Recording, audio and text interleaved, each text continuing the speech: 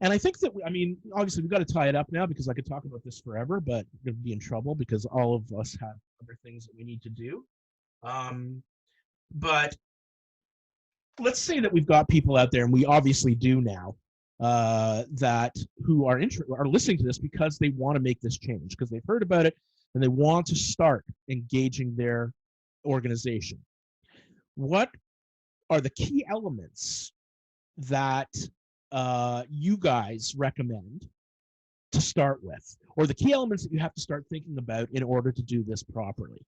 Kyle?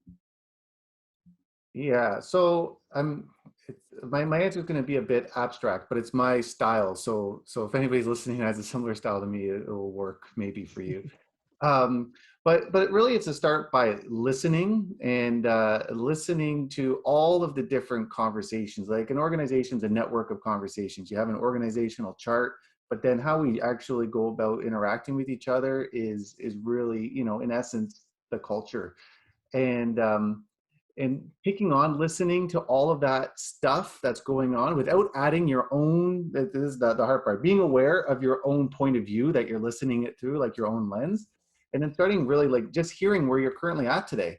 What are people saying about each other? What are they saying about their clients? What are they saying about the company? Like what kind of conversations are currently happening? And that kind of would give you sort of an abstract baseline to say where your company is today. And then if it was a blank canvas, like what would you want to paint on it? Like where do you want, like what conversations do you want to have happening in the organization? And then, you know, then you can start seeing what's missing between those two places and then start working on that. So that's abstract. That's actually great. It's not that abstract. Okay. Starting with a blank canvas and asking questions is the only play. I mean, it's one of the key things to do, and we continuously do it. Certainly, we have a survey, a one-question survey that goes out every 2 weeks, different questions to the staff, asking different things, and making sure that we have our ear to the ground. I mean, that's like I said, I don't think this is just an abstract thought thing. I think you're as linear. That's as linear as it gets. So. Well, and I'm always seeking that. Like I'm always, whenever I'm talking to team members, I'm always asking feedback, and you know, I get caught for being overly transparent, right? Like I was even talking to someone today, and I was like, "Hey, I'm going on this podcast.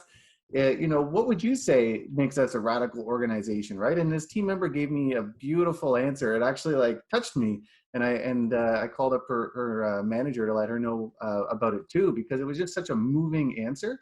And but yeah, Do we get to hear it? Are you just going to keep it to yourself, or are you going to let us know what it was? Oh yeah, well, she said in essence she said that we enable people, like we enable, and so I was like, wow, a whole new way of looking at things. And then we give people the agency to actually go about deploying as they see fit to do their work.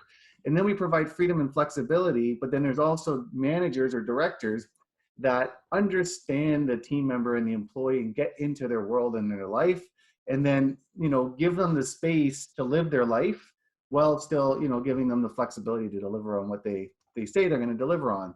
So it was just this beautiful holistic answer that I was like, I wish I was recording it, because it's just captured perfect in a nutshell. But it's true. I mean, we just had a conversation about it here on the podcast, right? About enabling people to be able to manage their own destiny on their own schedule. It's just a huge thing.